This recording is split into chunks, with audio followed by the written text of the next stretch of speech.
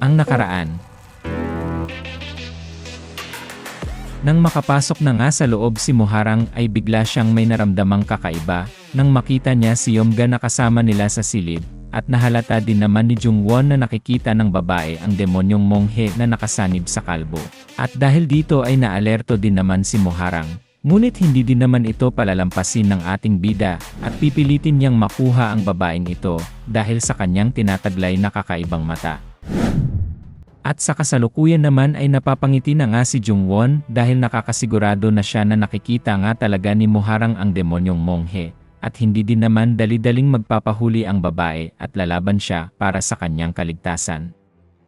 Ngunit walang ano-ano ay sinimulan naman agad ni Jungwon na bigkasin ang kanyang ritual habang napapangiti pa ito. At unti-unti na ngang lumalabas ang mga internal energy na nanggagaling sa dami at maaalala na dito naman din sumanib ang Blue Spirit at ang Batang Espiritu kaya't kasabay nito ay pinalabas na niya ang isang kapangyarihan na napapaloob dito. Kaya't bigla din namang nagulat si Muharang dahil mayroon siyang nararamdaman na kakaiba sa mga pinaggagawa ni Jungwon at sinasabi ng kanyang isipan na dapat ay umilag siya kahit na anong mangyari at hindi magpahuli. At lumabas na nga dito ang kadenang espiritu na inutusan ni Jungwon na hulihin ang babae para hindi na ito makalabas sa silid. Ngunit sa pagkataranta ni Muharang ay nakuha pa din niyang mapigilan ang kadena at inatake niya ito gamit ang kanyang espada. At dagdag pa rito ay sinasabi nga ni Jungwon na wala na siyang ibang pagpipilian sapagkat alam na ni Muharang kung ano ang kanyang mga sikreto, at ito na lang ang paraan para siya ay hindi na makapagsumbong pa sa ibang mga tao. At sa ngayon ay ipinalabas na nga ang Batang Espiritu para gamitin upang hulihin si Muharang, at wala din siyang pag-aalinlangan na gawin ito sapagkat ayaw ni Jungwon na mayroong makaalam na iba pang mga kalahok sa kanyang mga ginagawa. Kaya't sa pangangambang nararamdaman ni Muharang ay isa na lang ang kanyang magagawa at ito ang labanan si Jungwon. Kaya't sa ngayon ay sinimulan na din niyang atakihin ang ating bida gamit ang kanyang mga blades sa pamamagitan ng pagtatapon nito patungo kay Jungwon.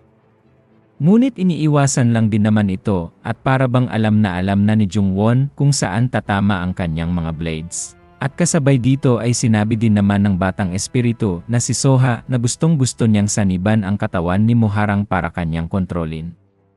At habang napapangiti si Jungwon ay bigla din namang nagsalita ang Blue Spirit at sinasabi nito kay Soha na diba ay sinabi niyang lalaki siya at bakit ngayon ay gusto na niyang saniban ang katawan ng isang babae. Ngunit sumagot din naman si Soha at sinabi niya na ibang issue naman yon at hindi na katulad ngayon.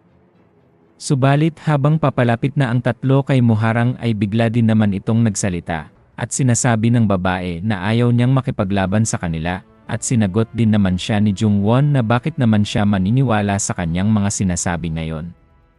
At ang gusto lang naman ni Muharang ay malaman kung totoo nga ba talaga ang kanyang nakita. At sinisigurado lang niya na ang mga kasama ni Jungwon ay talaga nga bang mga espiritu at hindi nakikita ng ibang mga kalahok. Ngunit sa seryosong mukha ng ating bida ay sinabi din naman niya na kung ito lang ba ang kanyang hiling sa pagpunta dito. At ang presyo sa pagpunta ni Muharang dito at makita ang kanyang mga familiar spirit ay medyo malaki-laki din at hindi makakayang bayaran ng babae. At sa pangangambang sagot naman ni Muharang ay sinasabi niya na totoo nga talaga ang kanyang mga nakita, at dahil sigurado na siya na ang lahat ng mga iyon ay hindi mga ilusyon at ang ibig sabihin lang nito ay hindi pa siya nababaliw. At dagdag pa ni Muharang na babayaran niya ang lahat ng presyo na hihingi ni Jungwon. At medyo nagtataka din naman ang ating bida at nag-iba ang boses ng babae. At sa patuloy na pagsasalita ni Muharang ay sinabi nito na kinakailangan niya ng kapangyarihan ni Jungwon para siya ay mas lumakas pa. At mangyayari lang ang lahat ng ito kapag siya ay tinulungan at binigyan nito ng karagdagang kapangyarihan. Ngunit sa mga sinasabing ito ni Muharang ay parang medyo nainis din naman ang ating bida. At ang lahat ng mga hinihingi ay dapat na may kapalit at hindi ganun kadali lang na ibibigay at dapat na paghirapan. Kaya't sa mga oras na ito ay tinanong ulit ni Jungwon ang babae kung talaga nga bang gusto nito na hiramin ang kanyang kapangyarihan. At hindi din naman nag-aalangan na sumagot si Muharang at sinabi niyang ito ang kanyang gustong makuha kay Jungwon. At dagdag pa niyang sinabi na diba ay gusto ni Jungwon ang kanyang katawan, at kung ganun ay ibibigay niya ito, at ang kapalit ay dapat na pahiramin siya sa kapangyarihan ng batang espiritu.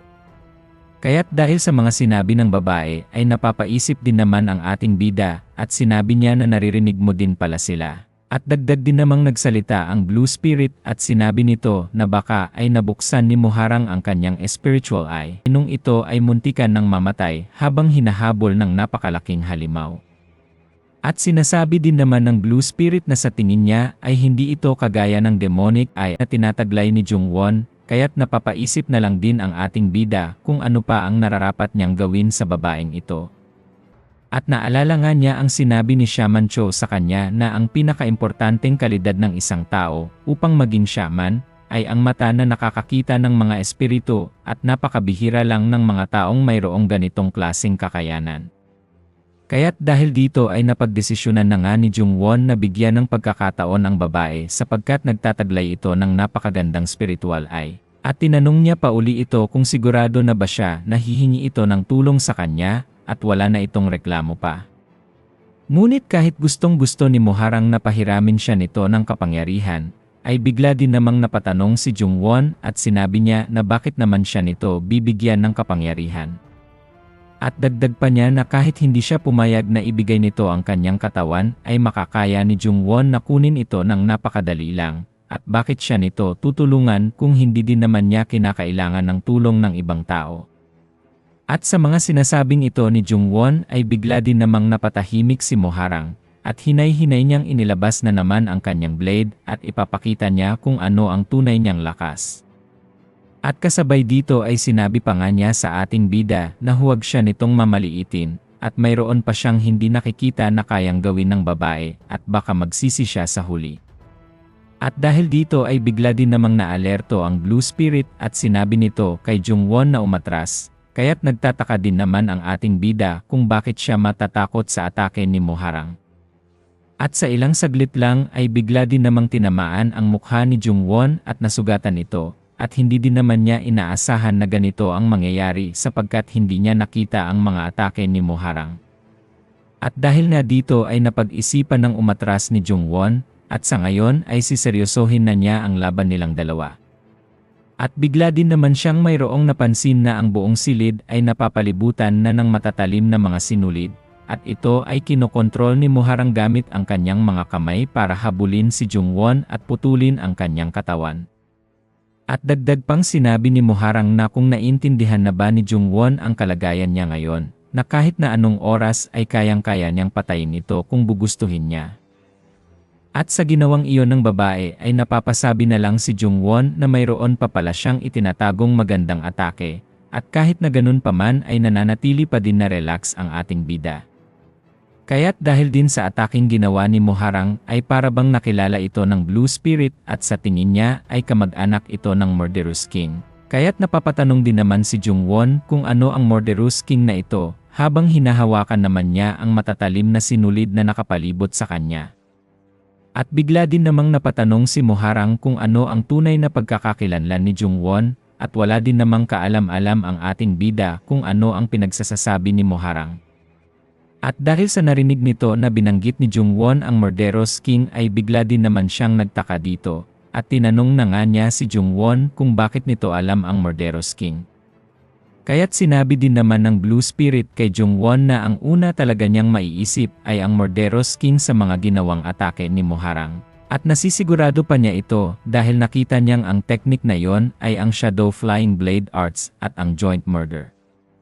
At habang sinasabi iyon ng Blue Spirit ay inuulit lang niya ang mga salita nito na sabihin ng harap-harapan kay Muharang. Kaya't nagugulat din naman ang babae, at ang lahat ng mga sinabi ni Jungwon ay pawang katotohanan, at hindi na siya makakatanggi dahil nabuko na ni Jungwon ang kanyang mga teknik na ginagamit. At ang Murderous King na ito ay ang nagtatag ng grupo nila Muharang, at ang kakaibang martial arts skills kagaya ng Joint Murder ay ipinapasa lamang sa kanilang mga kalahi, at hindi ito dapat malaman ng ibang mga tao. Kaya't hindi din naman makapaniwala si Muharang na mayroon pang ibang tao na makakaalam sa kanilang teknik maliban lang sa kanilang master o ang magiging tagapagmana nito. Kaya't napapaisip na lang din ang babae at nagtataka siya kung papaano ito nalaman ni Jungwon at hindi ganun-ganun lang mabubunyag ang kanilang mga sekretong teknik. Kaya't napapasabi na lang siya na parang nabaligtad pa nga ang kanilang laban ngayon sa mga sinasabi ni Jungwon. At dagdag pa ni Muharang na dapat ay sabihin na nito kung saan niya yon nalaman at kung hindi ay i-torture niya ito hanggat si Jungwon ay magsalita. At habang sinasabi ito ni Muharang ay bigla din namang itinaas ng ating bida ang kanyang mga paa at para bang mayroon siyang gagawing atake. At sa ngayon ay ang ginawa nito ay sinipa niya ng pagkalakas-lakas ang sahig na sira ito sabay din ng mga sinulid ni Muharang, kaya't nabibigla din naman ang babae at ganun-ganun lang na nasira ang kanyang ginawang teknik. At hindi na niya malaman kung ano ang kanyang gagawin simula ngayon. Kaya't siya ay nagsimula ng magpanik dahil siya naman ang aatakihin ni Jungwon. At hindi nga nagkamali ang kanyang iniisip dahil sa napakabilis na galaw ng ating bida ay desidido itong hulihin si Muharang, kaya't napapaatras na lang din ang babae at sinusubukang iwasan kung anuman ang gagawin pa ni Jungwon. At habang papalapit naman ito sa kanya ay sinubukan niyang pigilan ito gamit ang kanyang mga kutsilyo. At sa pamamagitan nito ay maiiwasan ni Muharang na lumapit ang distansya nito sa kanya. Ngunit hindi din naman mapipigilan si Jungwon at kahit na anong atake pa ang gamitin ni Muharang, ay kayang-kaya itong iwasan at lusutan ni Jungwon at wala na siyang sasayangin pang mga oras. At sa ngayon ay susubukin niya niyang hawakan ang mukha ni Muharang at nang hindi na ito makatakas pa. Ngunit kahit pa na nakukorner na ang babae ay determinado pa rin siyang makatakas sa gagawin ni Jungwon. At nang magawa na nga ito ng ating bida ay nabigla din naman siya sapagkat medyo mahirap din palang hulihin si Muharang at ang atake niya ngayon ay napakabilis lang nitong naiwasan. At kahit na lumapit na ang atake ni Jungwon dito ay wala pa din siyang nahuli.